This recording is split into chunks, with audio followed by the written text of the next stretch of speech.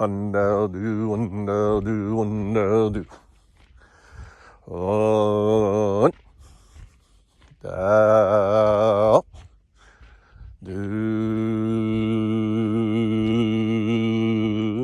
UnDaoDu.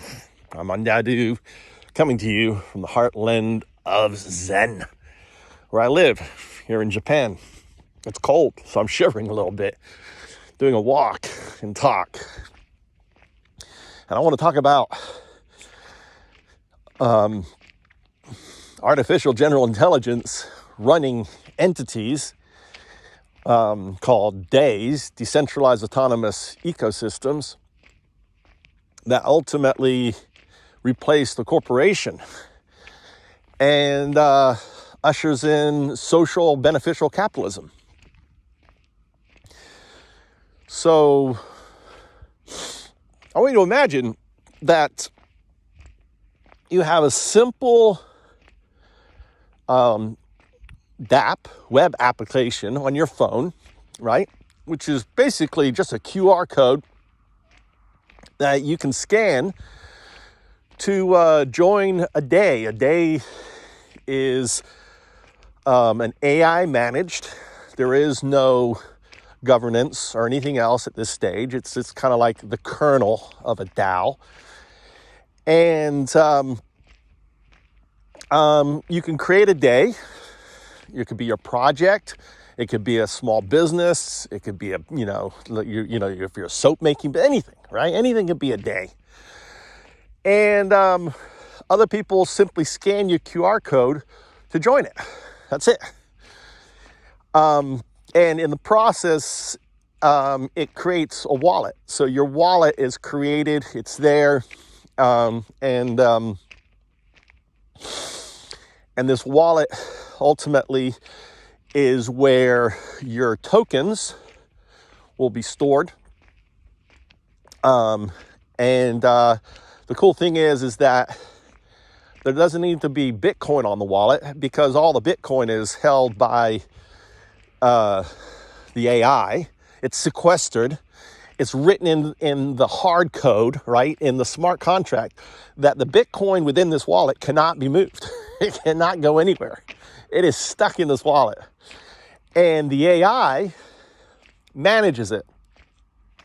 So even if someone hijacks the AI, takes control of it, the AI cannot move this Bitcoin. So it's 100%, I hope, hack proof. I don't know, make sure there's no backdoors or anything else. But the Bitcoin that is in there can be synthetically staked, which means it stays in the wallet, but it can be staked to earn interest, because earning interest is important.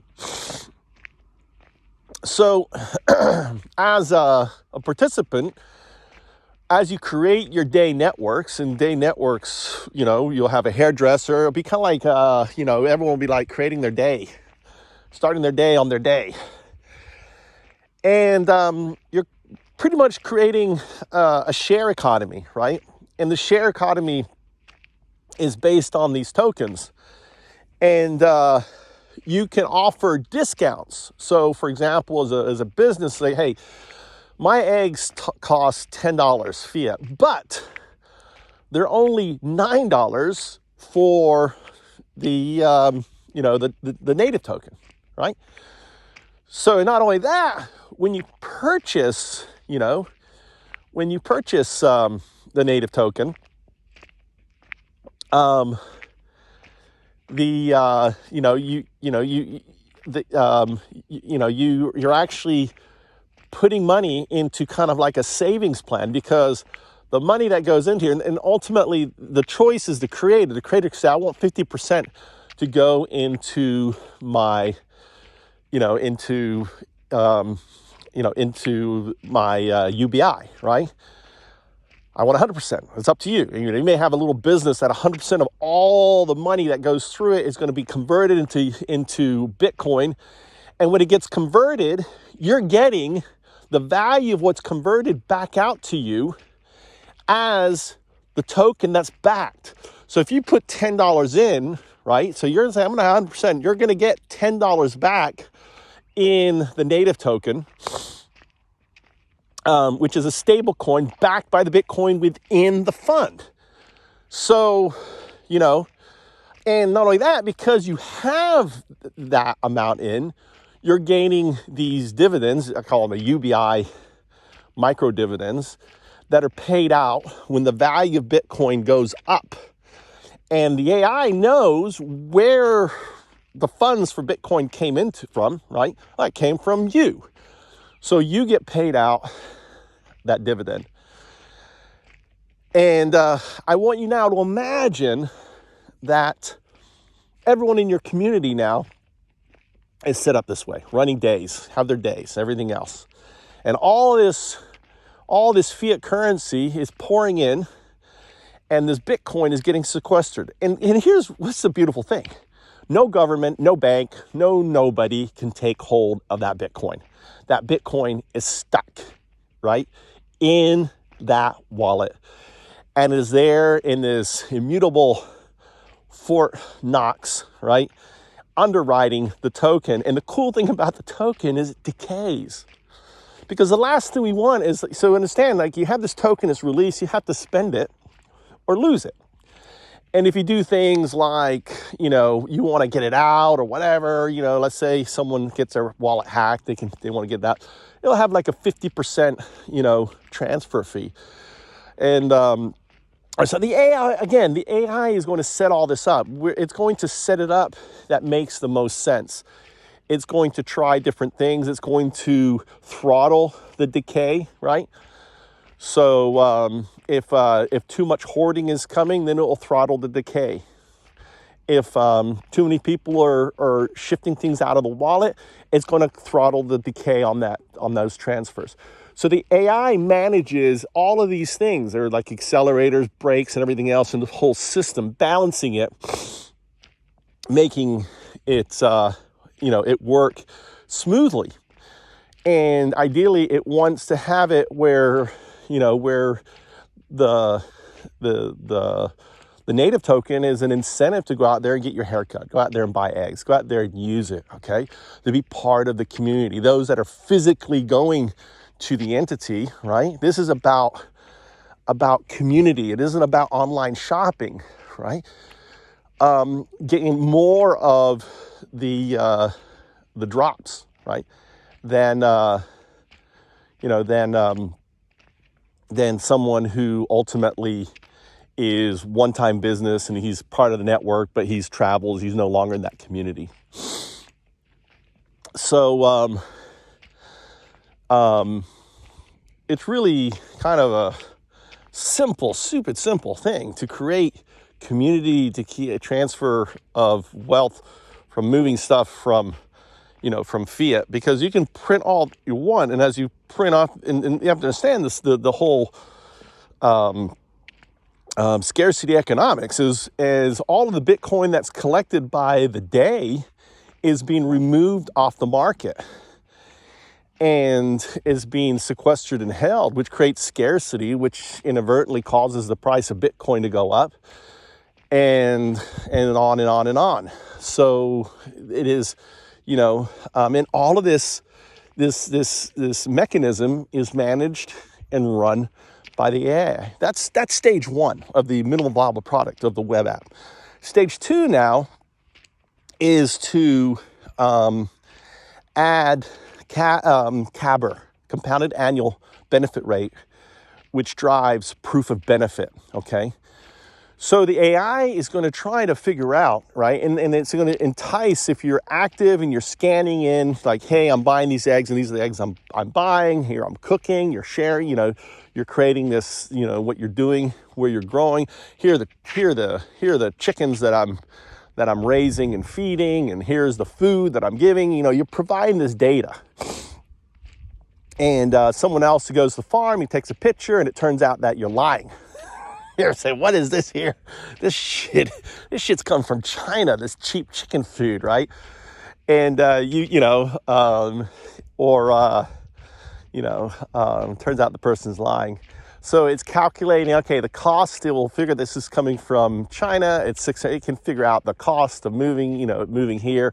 What's the CAGR value, the CAGR value of that chicken food as it relates to producing those chickens?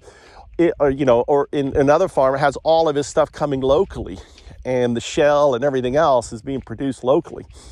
So, and here's the other thing too, is the AI is going to say, hey, you can get shell, maybe not now. I mean, he may be getting shell over, from China, or whatever, and the whatever, oyster shells, whatever. I don't know where oyster shells come from. But ultimately, they're available here, or maybe there's a source here. Someone finds it, and it tells them that, So the reality is, that's the next stage. And finally, the third stage is actually a point of sale, point of service, is incorporating all of the B2C, B2B components of, so businesses like convenience store, actual businesses, have storefronts and everything else, can join. And all of the data and everything is managed and held within the AI. So that's the three stages. So how do we get it built, right? How do we build it? Well, everything is written in smart contracts. So everyone coming on to the team as either developers, partners, are coming on as creators. They're the creators. So there isn't just one creator. We're creators. Now, active creators, if they're and passive creators are two different things. And the AI ultimately will determine that. But from now to the launch, there will be, everyone who puts in time, and there needs to be, I'm sure there's AI monitoring software development solutions that we can use, that we can keep track of the development of the code and everything else, and even the time frame that was built for a lot of these widgets of code. And the idea is very simple, is that the creators get tied in until they get paid back, whatever they and maybe times 10 of what they normally would make would be the day payback of, through the app.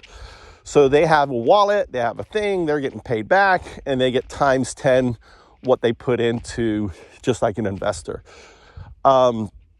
Same thing with investors who actually put capital in that we can use, then get the times 10 return on their investment. And it's all written in the smart contracts.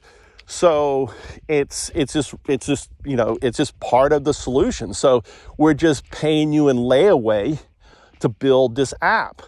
So this becomes kind of a mechanism for launching other days, launching other founders become days, right? So we're actually running and developing the first framework for launching a FoundUp by launching ourselves and developing the actual methodology for that to happen. So that's it. That's what I wanted to talk about. Hope you enjoyed this talk.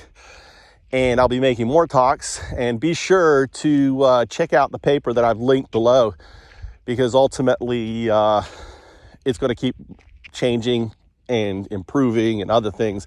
And I'll probably grab it all and stick it onto a Google Doc at some point. But right now, I'm just updating the LinkedIn, because LinkedIn has the most visibility. It's easier for me to get eyeballs on my doc, I believe, as a LinkedIn doc. Plus, I notice it's searchable, right? I noticed that I pulled a LinkedIn doc off of Bing. So Bing is actively looking at the links of material within LinkedIn, which I thought was pretty cool. Thanks. UnDaoDu. UnDaoDu. UnDaoDu. Bitcoin is going to unravel fiat, become the global reserve currency, thanks to DAEs. DAEs is the starting point of smart DAOs, and DAOs run by AI or AGI. And DAEs, decentralized autonomous entities, will evolve into DAOs and DANOs. UnDaoDu, which you're now experiencing, a distributive unconsciousness, an AI, open beneficial AI, or O2O2, which is the entanglement of 1 and 0 in quantum computing, is here. And it changes everything, and it manages the whole framework. Thanks.